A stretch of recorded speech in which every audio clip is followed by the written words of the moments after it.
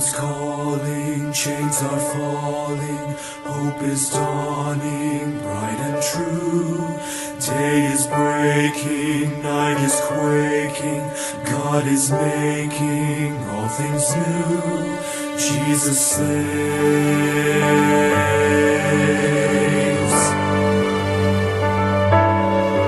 Hear the heart of heaven beating. Jesus saves, Jesus saves, and the hush of mercy breathing. Jesus saves, Jesus saves. Hear the hosts of angels sing, glory to the newborn King, and the sounding joy repeating, Jesus saves. See the humblest hearts adore Him. Jesus saves, Jesus saves, and the wisest bow before Him. Jesus saves, Jesus saves. See the sky alive with praise, melting darkness in His blaze. There is light forevermore in Jesus saves. We will live our sorrow sharing. Jesus saves, Jesus saves. He will die our burden bearing. Jesus saves, Jesus saves. It is done, we'll shout the cross. Christ has paid redemption's cost, while the empty tombs declaring, Jesus saves. Rising up so vast and strong, lifting up salvation's song. The redeemed will sing forever. Jesus saves.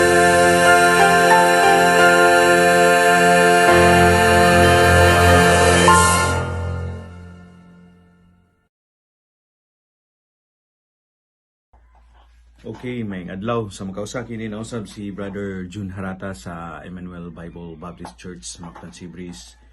Karong adlaw atong paghisgutan kining unsa kadako nga matang nga gugma ang gihatag sa Ginoo diri nato nga samtang kita mga makasasala pa way mahimo sa tong kinabuhi. So ang gibuhat sa Ginoo parang gi-illustrate niya yang gugma diri nato. So kinani nahitabo ang Ginoo na gugma sa tong kinabuhi nga nasayod siya nga ang tao wa gi ugma or wa gi maayong dangatan sa iyang kinabuhi human ining kinabuhi. So nasayod siya nga na imperno nagpaabot, nasayod ang Ginoo nga naay langit usab nga nagpaabot. Pero unsa man nga ang tao makaadto sa ginharian sa Dios, unya dili malaglag dito sa imperno. So nasayod gyud ang Ginoo nga naay imperno nga nagpaabot sa mga tao nga dili motuo niya, naay mga tao nga moadto sa imperno tungod kay nagsalig sa ilahang kagalingon nga pagkamaayo. Unya kay maayo man kay atong Ginoo, labaw sa tanan nya nahangawa siya sa atong kalag tungod kay wa man gini siya paingnan kung walay manluluwas. So nahigugma ang Ginoo sa tuwa, gi-illustrate niya yang gugma pinaagi dito sa krus sa Kalbaryo aron tangtangon ang tanang dili nato pagka makatarunganon, tangtangon ang tanang butang nga dili maayo nga atong gihimo diha sa ing atubangan. So atong basahon kining sa bersikulo diri sa Juan kapitulo 3 bersikulo 16. Ingon ang pulong sa Ginoo, kay ang Dios nahigugma pag-ayo sa kalibutan nga siya mihatag siyang bugtong gipakatawo nga anak aron si bisan kinsa nga nagatuo kaniya dili malaglag apan adunay kinabuhing walay katapusan. Niingon ang pulong sa Ginoo, si bisan kinsa nga mutuo diha kaniya magabaton og kinabuhing walay katapusan.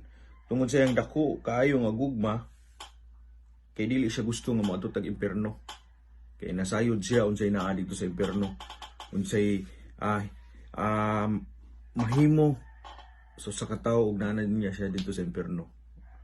Tibuok adlaw siyang kinabuhi, buntag o hapon mag-antos siya na walay katapusan nga pag-antos. Dako kayo ang gugma sa Ginoo tungod kay di siya gusto nga maadto ta. Di siya gusto nga ang atong kinabuhi moadto dito sa impierno. So iyang gibuhat no kay dako man kay ang gugma sa ato So iyang gitugyan na iyang kinabuhi aron maluwas ang tibuok katawhan.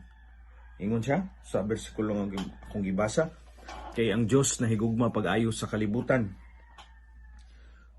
nga siya mihatag sa bugtong ipakatawo nga anak aron si bisan kinsa nga nagatuo kaniya dili malaglag apan adunay kinabuhing walay katapusan. Si bisan kinsa mga higala, ikaw pwede ka mutuo ni Jesus Christ, ikaw pwede nimo siya simbahon alagaron, pwede nimo siya dawaton nga imong personal savior diha sa imong kinabuhi aron makabaton kag langit human ining kinabuhi aron dili ka moadto sa impierno. So karon kamutagon atong hisgutan kining bersikulo nga John 3:16 nga giunsag pag-illustrate sa Ginoo ang iyang gugma diha kanimo. Number 1, tungod sa iyang gugma kanimo, siya mihatag siyang kinabuhi. Una alang nga kinabuhi gyud iyang gitugyan. Kinabuhi gyud ang iyang gihatag aron lang mabalik ta ngadto sa Ginoo. Sa asamang paagi og ikaw na higugma ka sa imong pamilya, imong asawa, imong mga anak, of course willing jud ka mubuhat sa mga butang nga although ikasakit nimo or ikamatay ba nimo para lang sa imong mga minhal sa kinabuhi. Would you imagine ang gibuhat sa Ginoo, entire world ang makabenepisyo ni ana? Kana og mutuo ka ni Jesus Christ nga imong manluluwas. Murag gini pinaka-importante nga butang nga amay nimo masayran. Tuhui siya. Tungod kay sa John 3:16 illustrate sa Ginoo ang dako nga gugma. Dako nga gugma. Aw ang Galatia chapter 2 verse number 20. Awa ha. Galatians 2:20. Galatia 2:20. Awang ang pulong sa Ginoo. Giunsa pag illustrate sa Ginoo ang iyang gugma diri nato. Galatians 2:20 ngadto sa 21. Ako nalansang sa krus uban ni Kristo apan bisan pa niya na ako buhi hinuon dili ako apan si Kristo ang nagkinabuhi dinhi kanako ug ang kinabuhi nga ako karon gikinabuhi diha sa unod ang akong ikinabuhi pinagi sa pagtuo sa anak sa Dios. Kinsa hinahigugma kanako ug mihatag sa iyang kaugalingon kanako.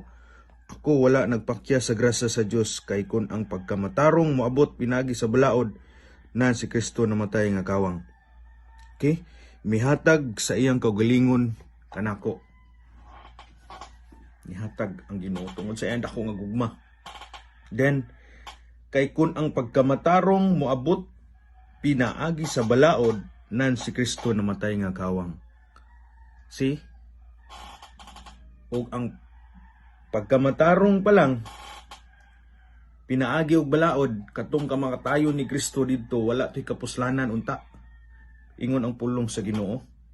Apan kinsa nahigugma kanako ug mihatag sa iyang kaugalingon kanako. Imagine usa ka dako ang gugma. Kana lang daan atong tagaag dakong pagtagad ang dako nga gugma ang gihatag sa Ginoo diri nato nga kinabuhi diya mismo. Nya di mo siya tuhuan. Usa ka nga klase nga tao, usa ka nga klase nga nilalang. Nagipakamatyan na ka sa Ginoo. Nya di kaniya di mo siya tuhuan. Unsa man imong sundon ang balaod sa kalibutan nga magtinarong ka? Ang balaod sa kalibutan nga basta lang musimba ka? Ang balaod sa kalibutan nga basta lang kanang muluhod ka siya ha? Muampo ka siya ha? Ingon ang pulong sa Ginoo kung ang pagkamatarong moabot pinagi sa balaod na si Kristo namatay nga kawang. Unsa ram dayto nga kamatayon? Binuang ra dayto para sa ato Dili oy dako kay to kahimuan sa tong kinabuhi. Ug imong dawaton si Jesus Christ nga imong manluluwas. Oh? Ito pagimbasahon sa Romans 5:8. Awang Roma, yun sa pag-illustrate niya, ako nga gugma, ang gihatag sa Ginoo diri nato. Ya di mo siya tuan. Ginabuhi ni. Ingon ang pulong sa Ginoo, apan ang Dios nagapakita sa dako nga gugma nganhi kanato nga samtang kita mga makasasala pa si Kristo namatay. 9 atong padayon ng pagbasa ingon ang pulong sa Ginoo, nan mas labaw pa ingon nga karon na matarong na pinaagi sa iyang dugo kita maluwas gikan sa kapungot pinaagi kaniya kay kun ang sa diha nga kita mga kaaway pa kita gipasiguli ngadto sa Dios pinaagi sa kamatayon sa iyang anak, mas labaw pa ingon nga napasiguli na kita maluwas pinaagi sa iyang kinabuhi. See? Kita maluwas pinaagi sa iyang kinabuhi. Wala na isulat diri nga kita maluwas pinaagi sa atong pagkamaayo. Dino sa may kapuslanan ang kamatayon ni Jesus Christ ug imong hisgutan imong pagkamaayo. Ingon man sa ang Bible, walay matarong, wala bisan usa. So watay mahimo atong buhaton atong itugyan atong gugalingon diha sa Ginoo. Tinana ra ka simple tungod kay gi-illustrate na sa Ginoo unsa kadako iyang gugma, unsa kalapad iyang gugma. Ya samtang kita man kasasala pa, si Kristo namatay. Ipasiguli na kita ngadto sa Dios pinaagi sa iyang kamatayon dito sa krus. Dako ug dako halapad ug halapad kaayo ang iyang gugma diri kanato. Kay iyang kinabuhi mismo gitugyan tungod og alang sa kapasayloan sa atong mga sala. Kay dili siya gusto nga ang tao human ining kinabuhi matug impierno. Ang impierno naiulod nga dili mamatay, naikalayo nga dili mapalong. So kining kinabuhi-an nato diri sa kalibutan, ug unsa ka kalisod karon dili ra na ikatandi sa kalisod unya sa imong kamatayon. Ug naa na ka didto. Mao na tagaig dakong pagtagad iyang gugma diha kanimo. Tagaig pagdakong pagtagad nga ang Dios maayo diha sa atong kinabuhi. Okay, kining ulod nga dili mamatay o kalayo nga dili mapalong, basin nagtuo mo nga kana siya dili na siya tinuod, basin kamo nagtuo mo nga tumo lang nga sugilanon nga wala gi impierno ha. So karon atong tan-awon kining Mark chapter 9 verse number 44, verse number 46 and verse number 48. Marcos 9. Usa ka tinuod ang kining ulod nga dili mamatay ug ang kining kalayo nga dili mapalong. Marcos kapitulo 9 bersikulo 44, no? Naa diri ha. Diin ang ilang ulod dili mamatay ug ang kalayo dili mapalong. Marcos 9:44. Mabasa pa ginanatog balik sa Marcos 9:46. Diin ang ilang ulod nga dili mamatay ug ang kalayo dili mapalong. Ug diri sa Marcos kapitulo 9 bersikulo 48. Diin ang ilang ulod dili mamatay ug ang kalayo dili mapalong. So naagi ulod nga dili mamatay nga musud gawas sa imong mga baba sa tanang puslot sa imong lawas ug ang kalayo nga dili mapalong adto sa impierno sa mga taong nga mo-reject sa gugma sa Dios nga gihatag diri nato. Inana ka nako ang gugma kay di siya gusto mo adto ka dito sa lugar nga naiulod nga dili mamatay, kalayo nga dili mapalong, mo ang impierno. Di siya gusto nga mudangat ang kinabuhi sa tao dito, nagkamatay niya, may impierno siya. So karon pa lang daan no nga makadungog ka sa iyang nga pulong, karon pa lang daan nga pakapaminaw ka. Tagaig dako siyang pagtagad kay kini nga pulong kini raw sa unya ang muhukom nimo human nining kinabuhi. Dili ba ikaw human pinaagi sa imong maayong buhat? Dili ba ikaw human tungod kay dili ka maayo? Hukman ka tungod kay wala ka motuo. Kay ang sala dili naman na sa isyu nganong tao may impierno. Tungod kay 2000 years ago gibayran na sa Ginoo aron ang tao mabalik ngadto niya. 2000 years ago gibayran na ang sala nga ang tao makabaton og kinabuhing dayon pinaagi ni Kristo. Ang isyu nga ang tao may impierno karong panahon na tungod kay wala niya dawata si Kristo nga iyang manluluwas. Wala niya gi-accept si Jesus Christ sa iyang kinabuhi. Iyahang gi-reject ang mensahe sa pulong sa Ginoo nga siya unta man kabaton ug kaluwasan pinaagi ni Kristo. Gihigugma ka sa Ginoo mga higala. Nahangawa siya sa imong kalag. So karon paminawa kakaig dakong pagtagad ang pulong sa Ginoo sa imong kinabuhi kay maura unya ni mo determine sa ato ang kamatayon. Ingnon kay ikaw pagbalik dili gid ka makasulod sa kinharian sa Dios ug sa imong pamaagi. Imong basihan. Dili mo basihan ang pamaagi sa Ginoo. Kay ang Dios nahigugma pagayo sa kalibutan ug siya mihatag sa bugtong gipakatawo niya nga anak nga aron si bisan kinsang mutuo musalig diha kaniya dili malaglag apan makabaton og kinabuhing walay katapusan.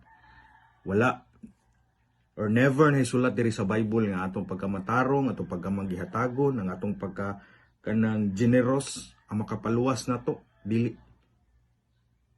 Si Kristo lang og iyang kamatayon dito sa krus. Kaingon siya mao ang dalan, kamatuoran ug ang kinabuhi nga walay ni bisan kinsa ka makaadto sa Amahan apan pinaagi lamang kaniya. So tuhoy si Jesus Christ, dawata siya sa imong kinabuhi ug makabaton ka kinabuhing walay katapusan. Dako kay ang gugma, dili pa lahi ang tanan kay buhi pa ka. Dili pa lahi ang tanan nga imo siyang dawaton tungod kay makaampo pa ka, makaluhod pa ka, makarepent pa ka. So karon isang adlaw sa kaluwasan, ayo paabuta ugma kay we don't know unsay mahitabo sa ugma kay walay nasayod. Life is uncertain. Wa ta masayod unsay naa sa unahan. Wa ta masayod unsay dangata nato. Wa ta masayod unsay tang adlaw kawaon sa Ginoo. Karon dawata siya. Tuhui siya. Nga imong maluluwas.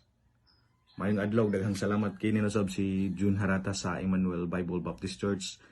Kung magingon na Dios magapanalangin og maayong adlaw natong tanan. Kung ikaw nagatuo sa pulong sa Dios mahitungod sa kaluwasan, pag-ampo ani nga inampuan, Ginoong Hesus, usa ako ka makasasala og dili angayan sa langit. Salamat sa imong kamatayon didto sa krus alang sa kabayaran sa akong sala. Pasaylo ako sa akong mga sala ug akong angkunon si Ginoong Hesus nga akong manluluwas. Pasudla si Ginoong Hesus sa akong kasing-kasing kay gusto kong malangit. Sa ngalan ni Ginoong Hesus Kristo. Amen.